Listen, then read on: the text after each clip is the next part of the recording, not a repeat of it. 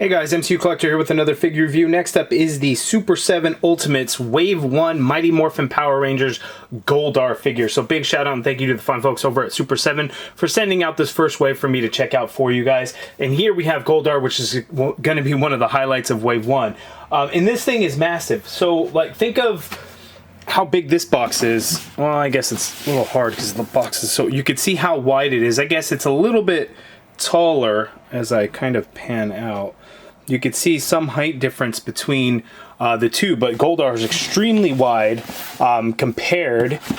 So it's pretty crazy. So I'm excited for you guys to check this one out. So we get this gold foil look at Goldar there on the back of the package, just the Mighty Morphin Power Rangers logo.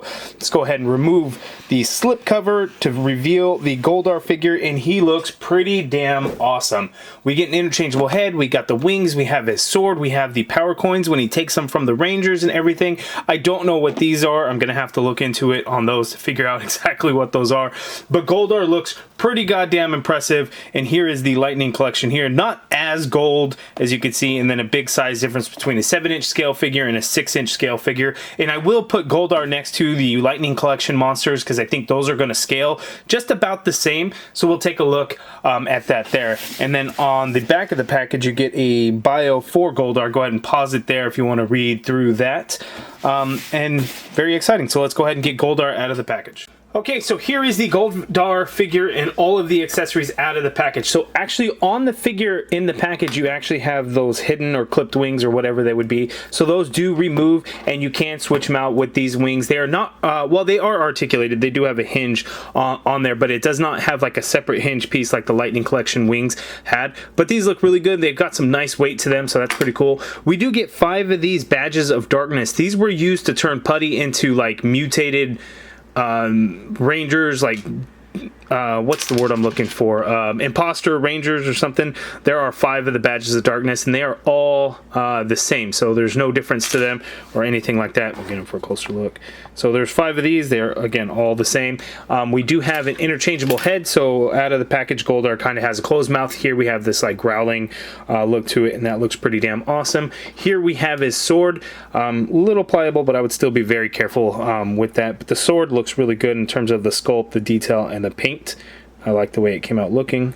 Nice silver for the blade. I always like when we get nice silver paint for knives and swords. So that looks pretty good. Here we have the power coin box. Again, this is when Goldar steals all of the power coins from the Power Rangers, and you have all 5 in there, and they're all sculpted nicely inside. The box itself has got some nice deco to it, as you can see, and the lid does actually close, so you do get that hinge in there. That is a nice touch. And then in terms of hands, out of the package he's got fists, but we have 3 extra sets of interchangeable hands. So you have these open ones here, but the claws are kind of pokey, like they're gonna like be careful with those. So we get these open hands here. The hinge on those is the standard horizontal hinge. We have gripping hands, and then we have the 2 different gripping hands. So we have the standard horizontal hinge, and then we have the vertical hinge for the sword wielding. So the gripping hands are essentially the same. We just get the opposite hinges for both of them. And that is all the accessories for Goldar. So let's go ahead and take a closer look at the figure because he is pretty goddamn impressive and awesome. So let's get in for that closer look. Okay, so here is that close-up look at Goldar, and again, he's menacing looking, but he is pretty damn awesome. You do get some translucent yellow in that horn crown looking whatever thing, so that is actually pretty nice little detail that they have in there. The paint looks good, red eyes, white teeth, it's got the little gold piece on his chin there, slight darker color around his eyes, the hair, pokey horn thing. Is that his hair? I don't know. It's kind of weird. But that all looks pretty good. And then looking at the rest of the figure, I mean, lots of golds in there. We have some red, of course, slightly different goldish color on some of these inside portions there. There's that little green ruby there, little red one there, green ruby, green gem, 3 there. All looks pretty good. Red in certain parts like his elbow, his torso there, the hands and everything. You can see his tail is wrapped up there. You got, again, those wing pieces, and these are hinged. They're on a ball joint, and then they actually do have a hinge, so you can move them up and down. I mean, I don't know that these things are supposed to really move around all crazy or anything, but when you remove them, you want to twist them and pull them out, and then as you can see, they just pop right in there. And then you can pop in the wings, which would be this wing here. And again, you want to do it kind of in a circular motion, and you can get that wing on there, and you get a nice little wingspan. Let's go ahead and pop on the other one. again, slight twists and turns, and boom, you have his wings. And again, they are hinged, so you can hinge them down, as you can see, and then you can hinge them back. What I would tell you though is what you want to do is you want to be very careful with these hinges. Warm them up first. They were pretty stiff out of the package, so I went ahead and warmed them up with some hot water so those hinges work a little bit smoother. So you can do that with the wings, and that is a pretty impressive wingspan there. But they are bulky and kind of get in the way, so I'm actually going to remove the wings for now and put those clipped wings back on, because I actually think I like this look for Goldar a lot more. The wings are cool, but man, they get in the way. They get in the way. Looking at his legs here, we get some straps in there, so that's kind of a black color there, red around the knees, and the sculpt is pretty damn impressive. We do have single jointed knees and single jointed elbows though. Again, that's kind of the articulation scheme that Super 7 has chosen to stick with. It is no different on this figure, but again, he looks pretty damn impressive. But let's go ahead and take a look at actually how he moves and how the articulation works for him. Oh wait, actually, let's go ahead and swap out the head. So we got that head. You just simply, you kind of want to work it on there, side to side motion. It's got like some pokey bits in there, like that kind of hurts your hand to grip some of these horns that are in that head. So you have this like gnarling head sculpt on there. It doesn't sit on there too nicely. I'm gonna have to work with it, but again, these horns on there are kind of pokey, so it's like digging into my hand, so you want to be careful with it. There we go. Sits a little bit lower, and that looks really good as well. Okay, so for Goldar'S Articulation, the head is on a ball joint, so he can actually look down a little bit like so. Looking up is definitely a challenge because that hair really gets in the way, and he's just not going to really be able to look up, unfortunately. In order to get him to do that, you kind of have to lean the figure back, and that can work there. You do get somewhat of a swivel with the head, but again, the hair is really going to get in the way, so keep that in mind. The arms, we have those shoulder pads, but they will move with the arm a little bit, actually quite a bit, so I can't get the arm to go straight out, a little bit more than I thought. When messing with the shoulder pad, I'm like, oh, that doesn't have a lot of give. But when you actually work the arm, you can do that. Because the shoulder pad is there though, you're not going to get a full rotation in that arm, as you can see there. That is definitely going to get in the way of it. We have an upper bicep swivel in that arm there, single jointed elbow again, which does limit it, so you're actually going to get less than 90 degrees, unfortunately. You do have a swivel at the elbow, so you can get a little bit more on a certain turn with the arm, but again, it is a little disappointing. But again, that's kind of Super 7's figures. They all have that wrist swivel, and they do hinge. They have the horizontal hinge, but again, you do get the pair of gripping hands which have the vertical hinge on there. So we have a ball joint diaphragm on this figure. So to get Goldar to tilt, you can get him to tilt to his left very, very little. You can get him to tilt to his right very little as well. Working that back, you can get him to lean back that much. Coming forward is not a whole lot, as you can see there.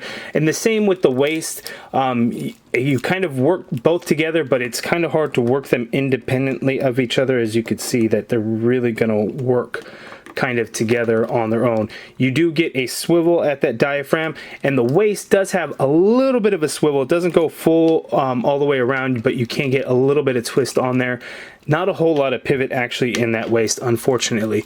Legs go out this far apart. These thigh pads, I guess they would be, these over here along his waist, those do move around a little bit for the legs to be able to go side to side like so.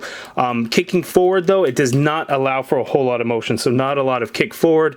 There is a little bit going back. There is a tiny bit of swivel in that leg there.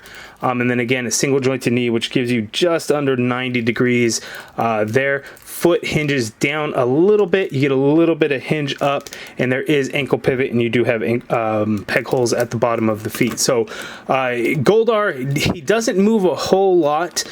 The actor in the suit from the show really wasn't able to move a whole lot. Yes, he could do some kicks and fighting and things like that, but this Goldar, you're gonna want him in fairly limited poses, but he is pretty damn awesome looking there.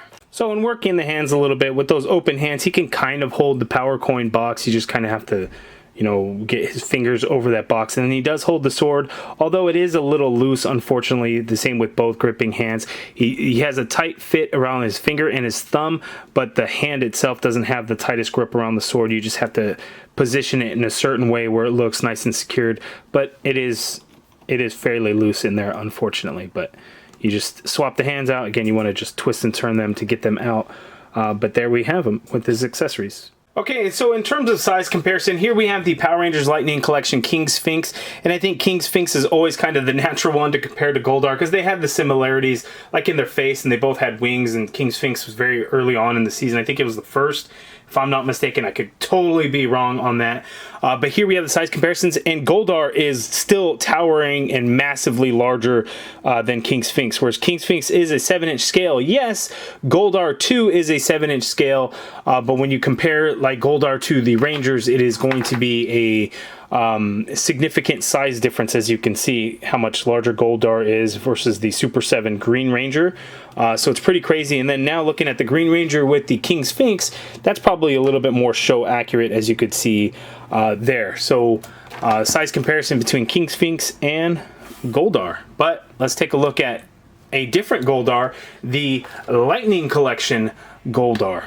And that is a massive size difference. And one thing that you can see, this Goldar, the Lightning Collection one, you can get those wings to kind of really fold down, whereas you're not really going to be able to do that with this Goldar. And I always have trouble getting the Lightning Collection one to stand up. His legs are really weird, and I can't seem to want to do that. There we go. So that's a huge size difference compared between the two, but you can see the design elements are really all there with the two different shades of gold in the figure.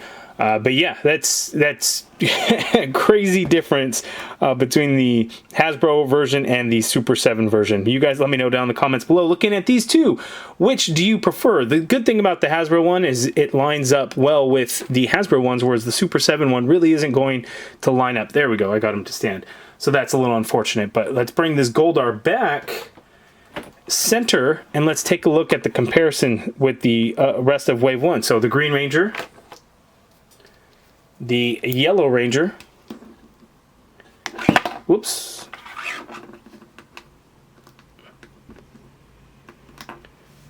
and the Putty Patrol that Goldar will really boss around and command and lead, as you can see there. So Goldar is massive. Now Goldar of course was bigger in the show, but it was still just a guy in a suit.